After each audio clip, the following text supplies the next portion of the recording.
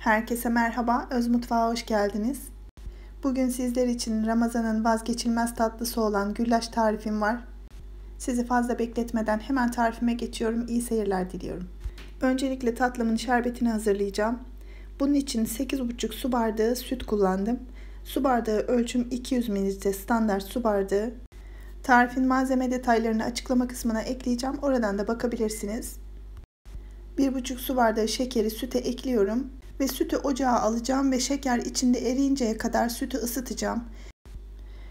Yoğurt mayalarken yaptığımız gibi parmak kontrolüyle sütün ısısını ayarlayabiliriz. Parmağımız yanmayacak derecede sütü ısıtmamız gerekiyor.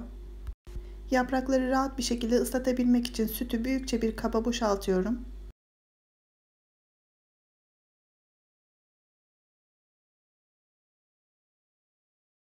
Güllaç yapraklarını iyice sütle ıslattıktan sonra hazırlayacağım kaba yerleştireceğim. Ben bir paket güllaç yaprağı kullandım. İçinde 10 tane vardı. 3 kata bölerek hazırladım. Siz daha ince bir güllaç hazırlamak isterseniz yarı ölçü olarak hazırlayabilirsiniz.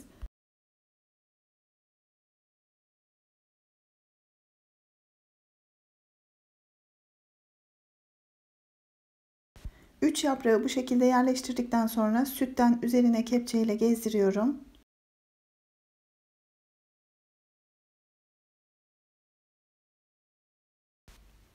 Bütün tatlı için 1 su bardağı ceviz kullandım.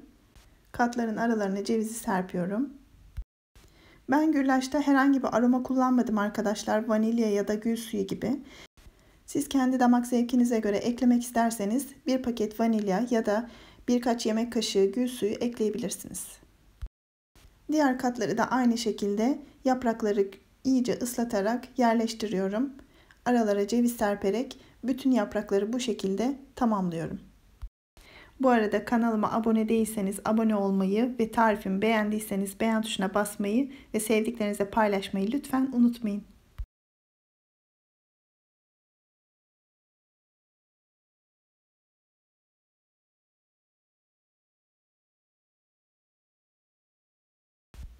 Evet, bütün yaprakları bu şekilde tamamladım.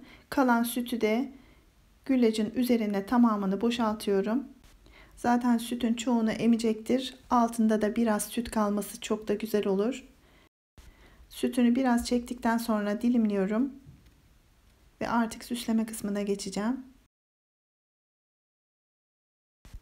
Ben üzerini nar ve antep fıstığıyla süsledim. Siz istediğiniz şekilde dilediğiniz gibi süsleyebilirsiniz.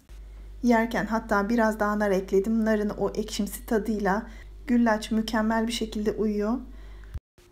Süsleme işlemi de bittikten sonra buzdolabına kaldırıyorum. 4-5 saat buzdolabında soğuması için bekletiyorum.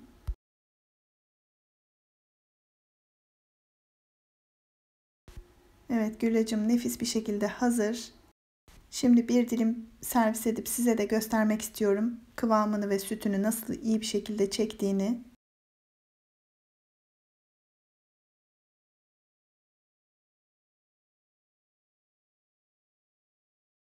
Bakın, kesinlikle hiç kuru değil.